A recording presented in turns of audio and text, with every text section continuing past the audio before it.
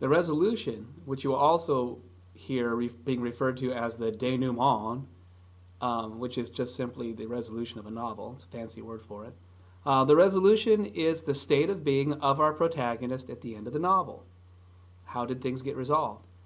And like I said before, in most novels, it's a happy thing. They've overcome whatever conflict it was, and they're a better person.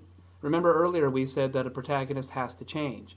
They usually change somehow during the climax, and in Star Wars' case, Luke goes from a country air farmer to a galactic saving hero. That's a pretty big change.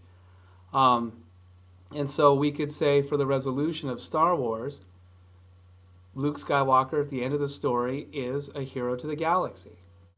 One thing I want to add here before I show you how to tie all these elements together into one paragraph, and that is this paragraph is not designed to be an essay all by itself. If your teacher gives you the assignment to just summarize a novel, they're not really giving you a good topic. I'm sorry, I have to apologize for them. But that's not really a good topic unless that's the skill they're wanting you to develop. What they should give you is some other topic, like to analyze the character interactions or the settings or whatever.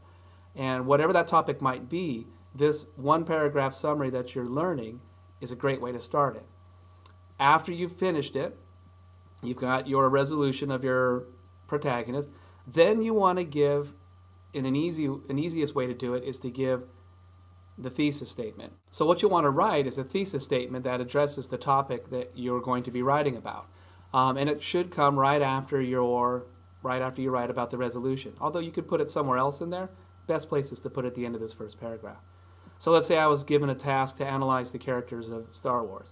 After that, and you'll see it in the next film, after I've written the one paragraph summary, then I would follow up with a sentence that says, George Lucas very cleverly creates 3 characters whose faces we cannot see, but makes them very cool, very realistic characters. And those would be R2-D2, C-3PO, and in an evil way, Darth Vader himself. And then I could spend a paragraph at least about each of them talking about how R2-D2 makes little clicks and buzzes, and we find out that he's a pretty obstinate little machine. We're used to machines doing exactly what we tell them to do, but R2-D2 is not like that. He's got personality and character. He kind of does what he wants to.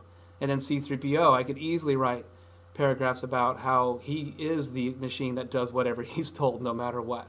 And quite opposite to R2-D2. He's always like, oh no, this is what we're supposed to be doing, you stupid little machine. And you can definitely get some personality in the actor's inflections, the way he has a voice, the way he says things. And then finally, Darth Vader himself, if you look at the mask, it's pretty evil. But if he's just standing there, if you take away the sound effects, and if you take away the actor's movement of his body, it's just a mask. But you tie all those things in together, and he's just dark. He's as evil as you can get. And so I could write a paragraph about each of those things, and then in a typical 5-paragraph summary format, my last paragraph would be wrapping it all up. I would say, yeah, through some great techniques of cinematic structure, George Lucas creates 3 very likable and sometimes hated characters, even though we can never see their faces.